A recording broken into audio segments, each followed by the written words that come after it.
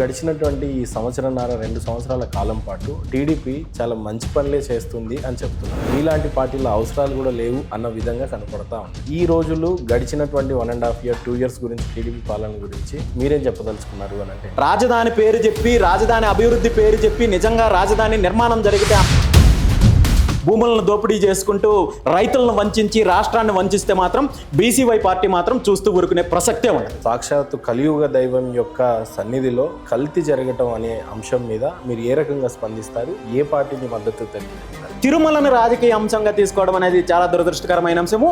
ఇప్పుడు కూడా మళ్ళీ నేను చెప్తున్నాను, దీనిపైన ఇప్పటికైనా మీరు రాజకీయాలు మానేసి ఆరోపణలు మానేసి జరిగిన తప్పిదం ఎవరైతే ఉందో